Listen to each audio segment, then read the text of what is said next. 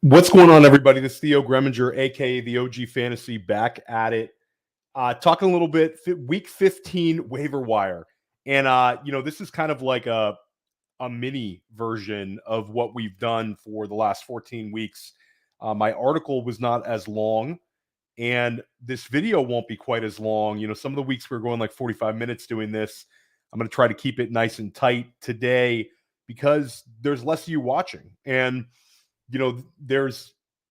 first of all, we'll get this out of the way. If you're still watching a waiver wire video in week 15, congratulations, because you're in the fantasy playoffs.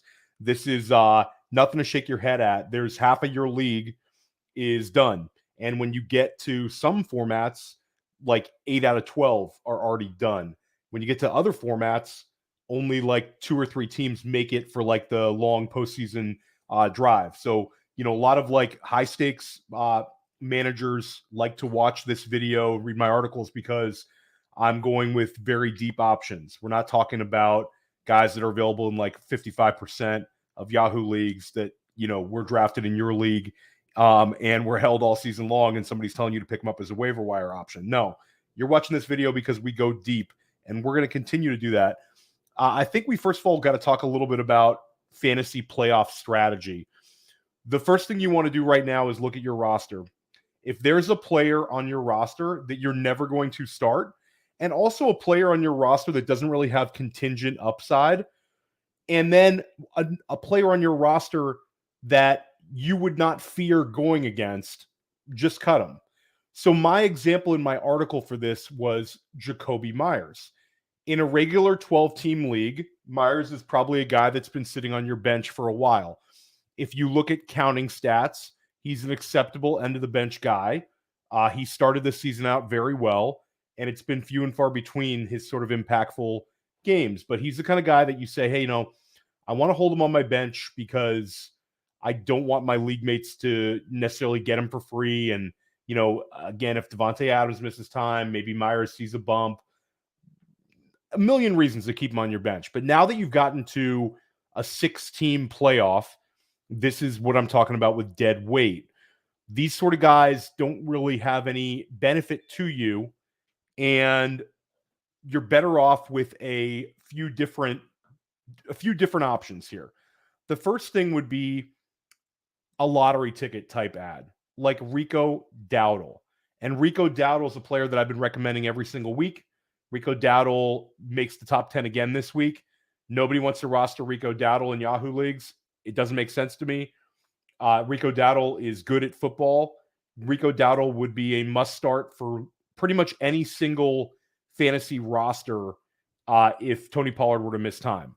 So like having a player like that, I would much rather have on my bench than a guy who is going to be a plug and play 10-pointer, 12-point PPR type guy where I would really not feel great and not feel dangerous at all. You got to remember, this is single elimination fantasy football at this point. Now, some leagues will have like a 3-week cumulative score, but for 95% of the people I'm talking to, this is single elimination fantasy football. So you really want to be well thought out with what you're keeping on your bench. I think having a second quarterback makes some sense because you don't want to be jammed like you're seeing certain Justin Herbert managers get jammed. But when it comes to having those bye-week fill-in types, those guys kind of go out the door. Now, for leagues that are fab-based, look at your opponent's remaining budget. If you have them beat, this is a great time to like block them. And take a look and see, the most important matchup is this week. So let's say that it's a traditional league and the first and second seed get the bye, and you're talking about like 3 versus 6, 4 versus 5. Let's say you're in like that 4-5 hole. The first opponent that I want to look at is the opponent I'm playing this week. This is very, very important. Look and see where they're weakest at. Is there a player that can help them on the waiver wire? And if there is, I want to grab that player to prevent them from getting them. A good example would be like a Jake Browning. Jake Browning is on a heater right now, putting up very good fantasy numbers. even if I have a Josh Allen or a Jalen Hurts, a player that I would never consider using Jake Browning with, maybe my opponent could really use Jake Browning. And then he's not on my waiver wire list here because, again, he's rostered in too many leagues. But like this week, Matt Stafford is available in some leagues. Matt Stafford goes up against Washington.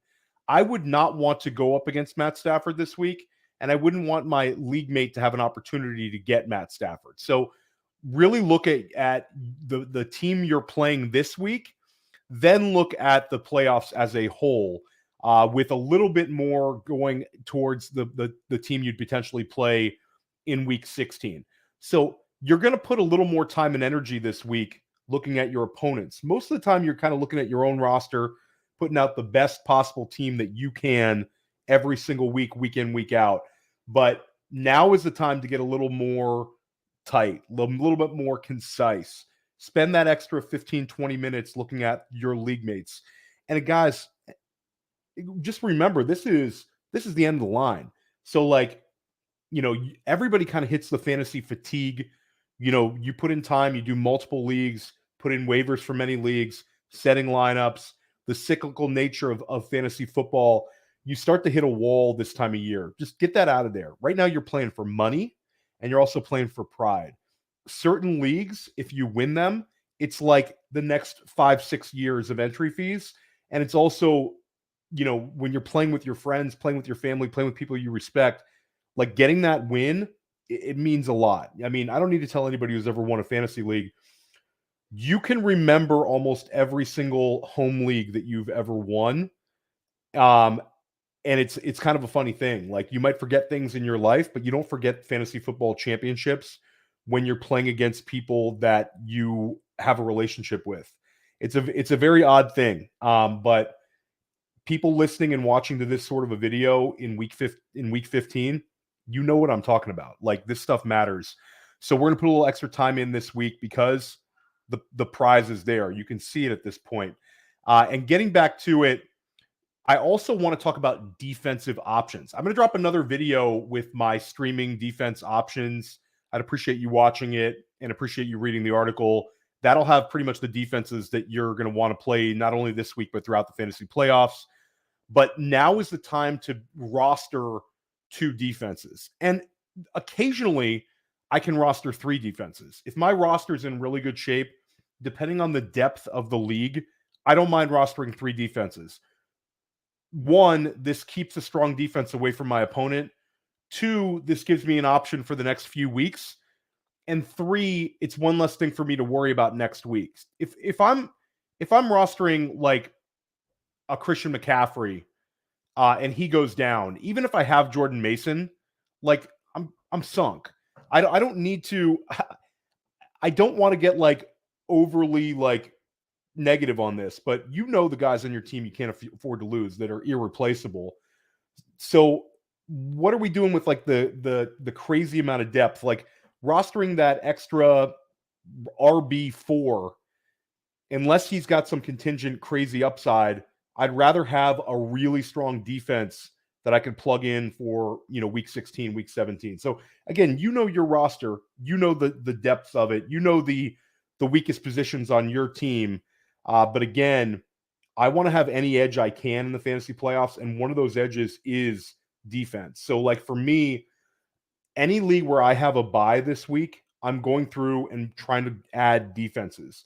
If you can be a week ahead, you can definitely have a leg up on your league mates when it comes to defenses, because a lot of people get in this survive and advance mentality in the playoffs and they'll go for it this week, but they don't necessarily have a plan for next week. So you want to be just a step ahead of them and be 2 weeks ahead. Now, if I have a bye, then I'm going to definitely look to add week 16 and week 17 defensive options. And I'm also going to have a little bit more deference towards those lottery ticket plays. Lottery ticket plays for sure on my bench. So I hope this makes some sense. I want to defer towards lottery ticket bench players that would 100% go into my lineup if they got the opportunity, or I want multiple defensive options, and I don't want to get stuck at quarterback. I think some fantasy managers will go through a season and be like naked at QB and have only a single quarterback and not roster a backup. I think that's a high EV strategy where you're maximizing the rest of your roster. You're willing to take on risk that your quarterback stays healthy.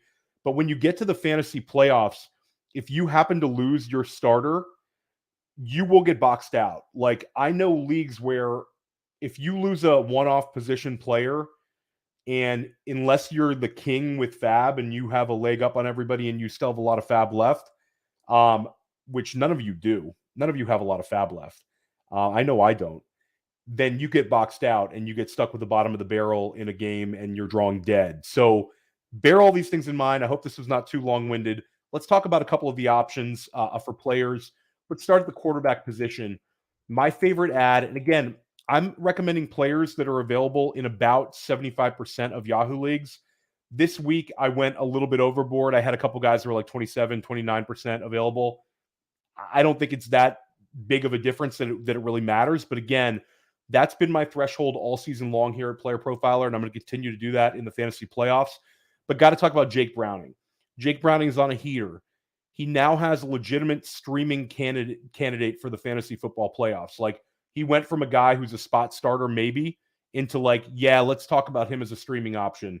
I did a Reddit AMA today. I've been doing those with Billy Muzio, Dario Offstein this season every single week. And Jake Browning, like every Jake Browning question I get, I have to think about like, would I start Jake Browning over like Sam Howell this week? Probably not. But the fact that I'm even thinking about that 3 weeks ago, I would have laughed at that. Within a 6-day span, Browning's passed for 629 yards and 3 touchdowns and added 2 rushing scores. Jake Browning is, I think he's pretty good. And whatever he's doing, it's working. There's been some like stats on how effective he's been at screen passes. And Cincinnati has been using screen passes for him a lot more than they ever did for Burrow. So whatever they're doing is working. Minnesota's defense has improved, but Minnesota is not going to like scare me off if I'm in a jam here. This is also a perfect player to pick up if you're looking to block your playoff opponent. So if there's somebody in your playoffs who has CJ Stroud or maybe had Justin Herbert, don't let them get Jake Browning. At least price and force that. At least try to box them out on that one. Next quarterback option. And I can't believe I'm talking about this player, but he had his most passing yards. He had 311 passing yards, and that was the most he's had since 2018. And that's Joe Flacco. Joe Flacco is available in 93% of Yahoo leagues. If you're in a Superflex league, I think Joe Flacco is a locked-in starter for the rest of the fantasy playoffs. You'd have to be in really dire straits in a very deep format where there are not a whole lot of quarterback options to use him as a streaming candidate this week. But Flacco's on one right now. He had back-to-back games where he was not bad in fantasy. And again, 311 passing yards last week.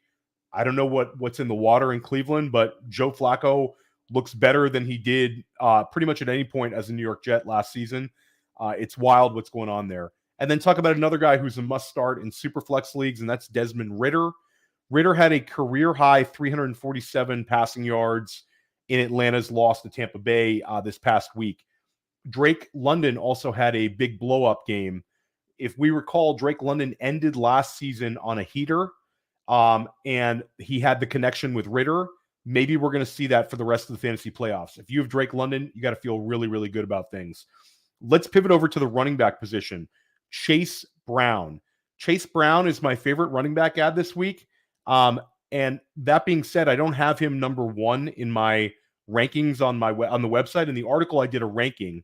I had Ty Chandler as number one because I think Ty Chandler is going to have the backfield all to himself this week. But I want to talk about Chase Brown first. Chase Brown, I had him in the top 10 last week, but now we have back-to-back weeks where Chase Brown just looks explosive and he's overperformed. And this is with Joe Mixon smashing. Like, Joe Mixon's been really good the last 2 weeks. Joe Mixon's had 3 touchdowns and he's caught 9 balls over the past 2 games. But Chase Brown is still doing it. In week 13, Brown had 9 carries for 61 yards rushing. Looked explosive. But then week 4, he showcased that ability as a receiver that has everybody excited. 3 catches for 80 yards and a touchdown. and he added another 25 yards rushing. So he gets you 105 combined yards. He catches a touchdown pass. He's a kind of a what the heck. I'll throw him in there at flex if I'm in a bind guy. Again, Joe Mixon is not getting overtaken. But if Joe Mixon were to go down, I think Chase Brown could be like a 20-point guy. 15 to 20 points I think he could put up based on his receiving ability if he had a 1-week spot start with no Joe Mixon. So he needs to be rostered everywhere. Getting back to Ty Chandler, Alexander Madison suffered an ankle injury, forced to leave Sunday's game. Ty Chandler posted season highs in carries and added 3 catches.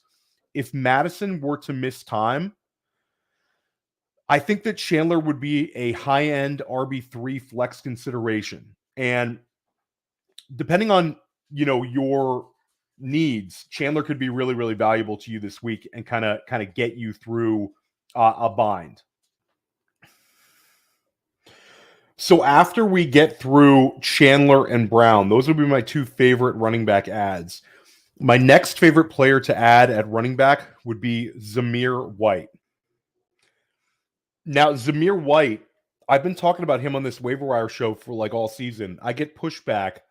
A lot of people say, yo, Theo, Amir Abdullah would also mix in, and Amir Abdullah would see some targets. And I agree on that. I don't think this is going to be a complete bell cow roll, but Josh Jacobs is going to miss Thursday night. I think that looks pretty clear now. It's being described as a quad injury. He didn't look good, though, when he left the game. But there's a couple things going for Zamir White here. The Raiders are home favorites. They're 3.5-point home favorites. They're going up against a Chargers team with Easton Stick at quarterback.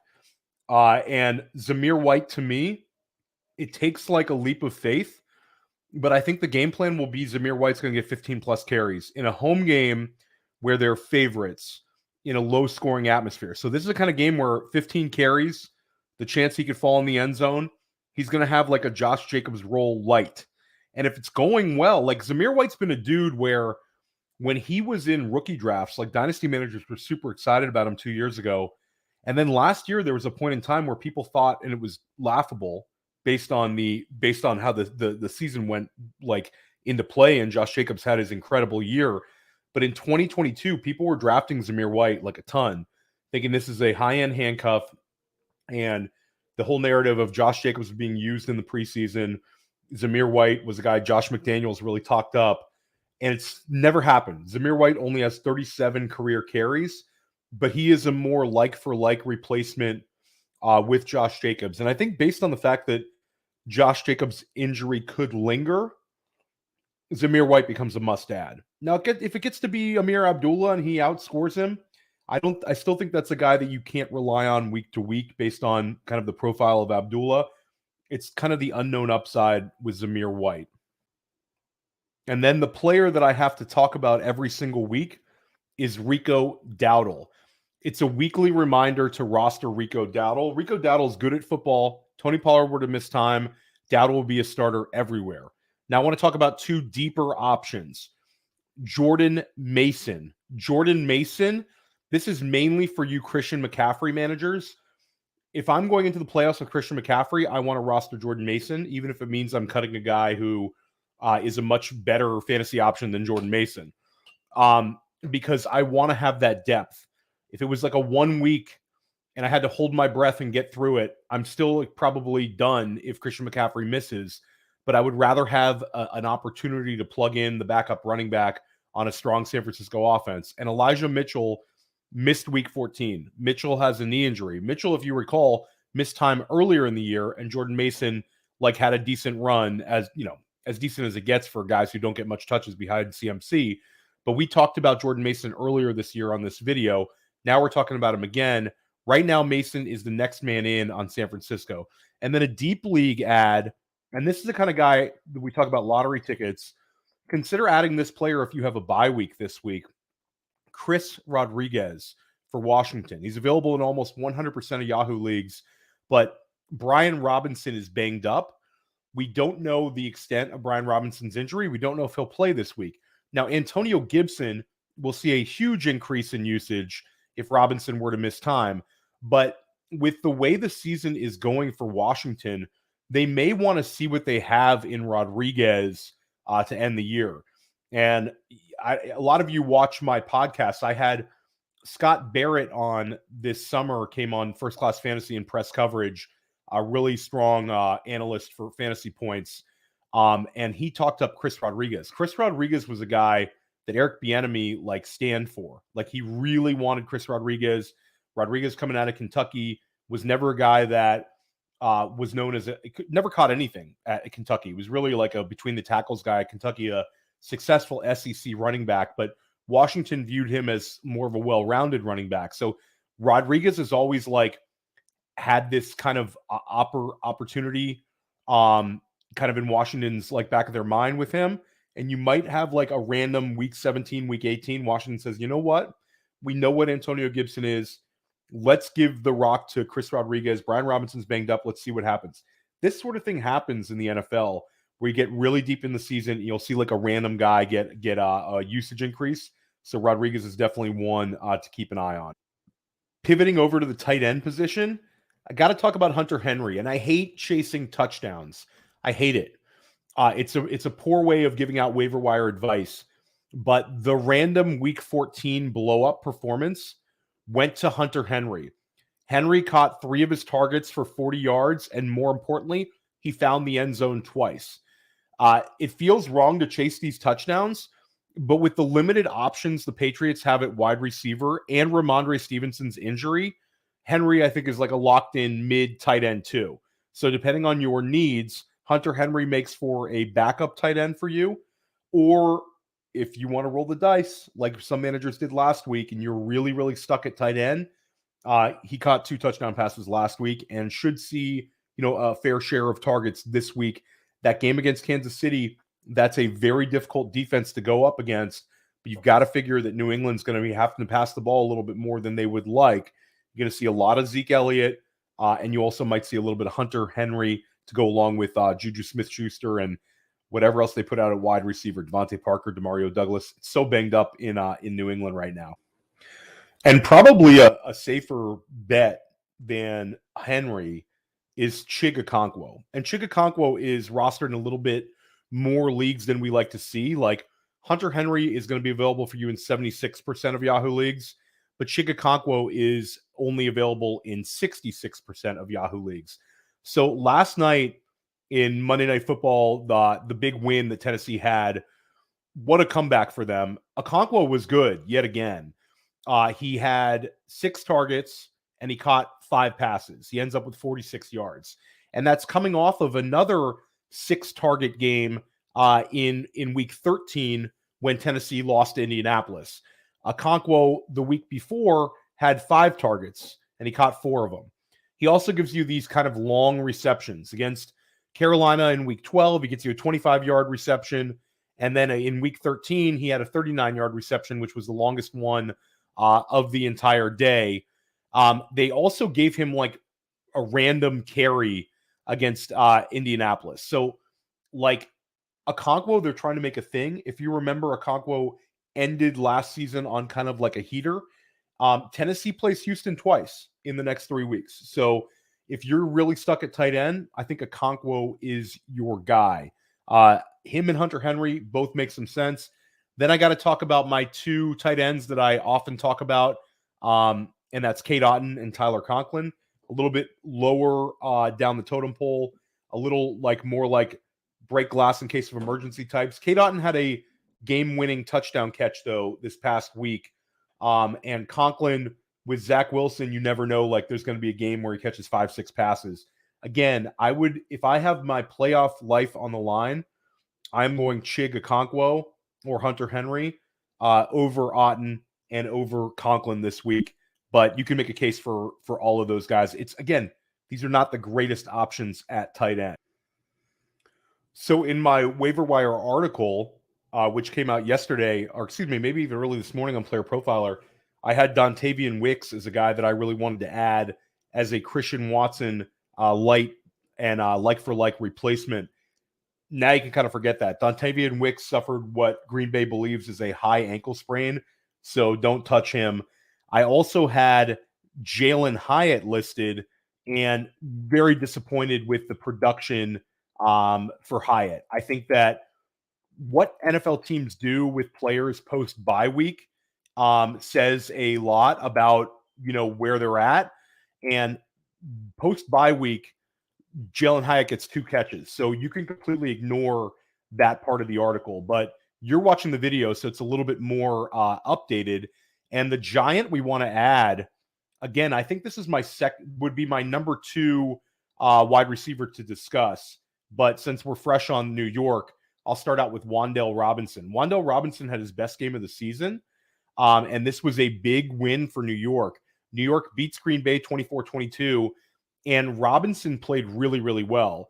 Robinson has 7 targets. He catches 6 passes, finishes with 79 receiving yards. So post highs there. Then he also posts a season high with 36 rushing yards on 2 attempts. Had a big 32-yard run.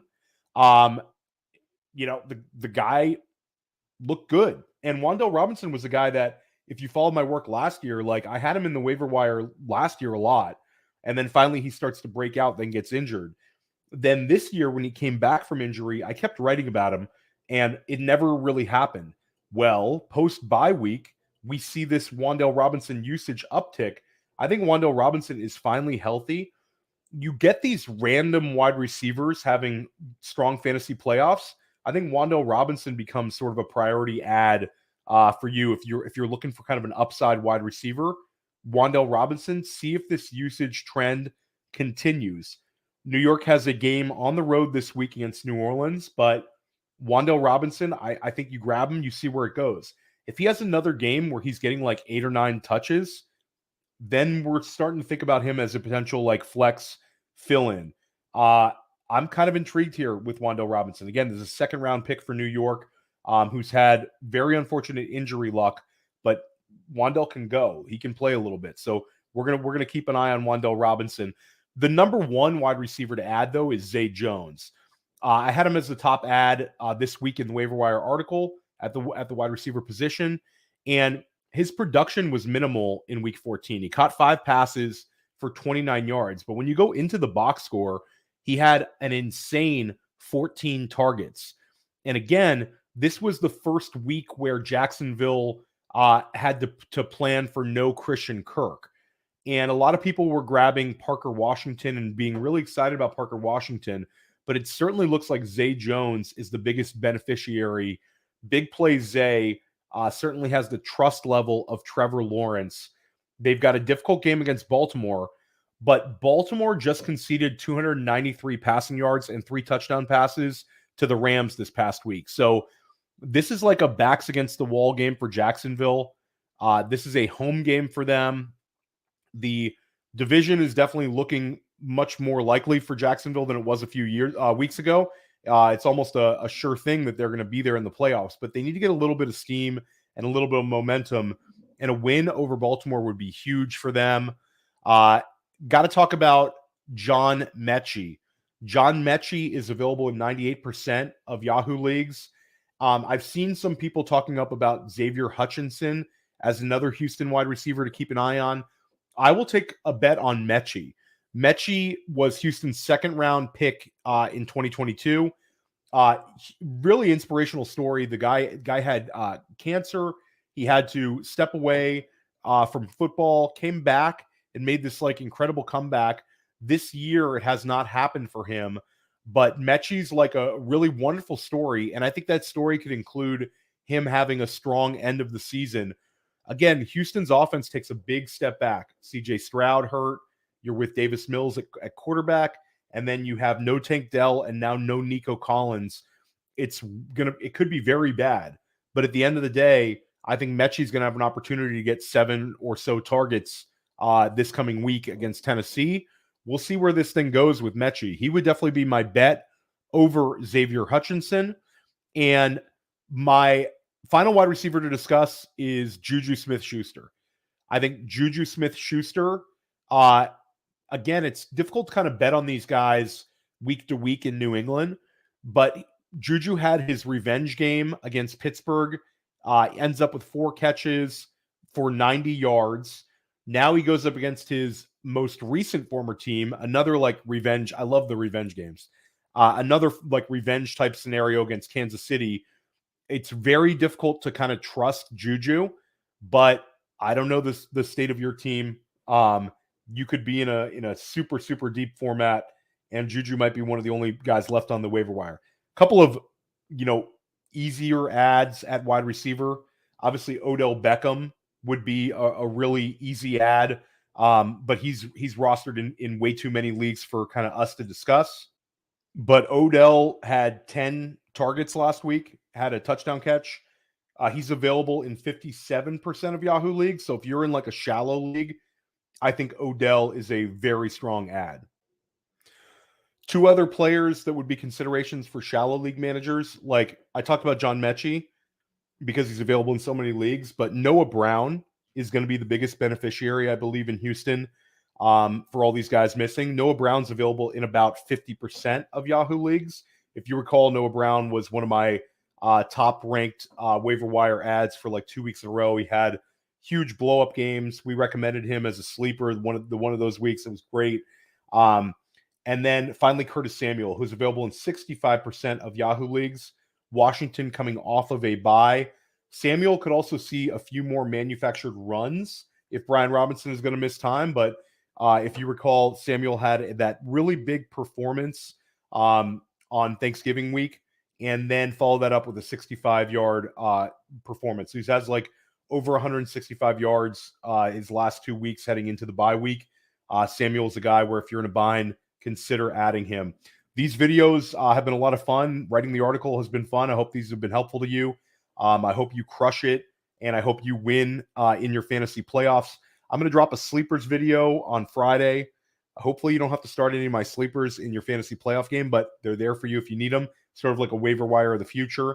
And then I'm going to drop a defensive streaming video as well. Make sure and check those all out. Check out my written work at Player Profiler. Check out my podcasts as well. Press coverage, Andrew Cooper of Fantasy Alarm this week. First Class Fantasy with Billy Muzio every single Thursday at 3:30. I have Alan Sislowski on Dynasty Life this Friday. Let's ship some titles here. Let's win some money.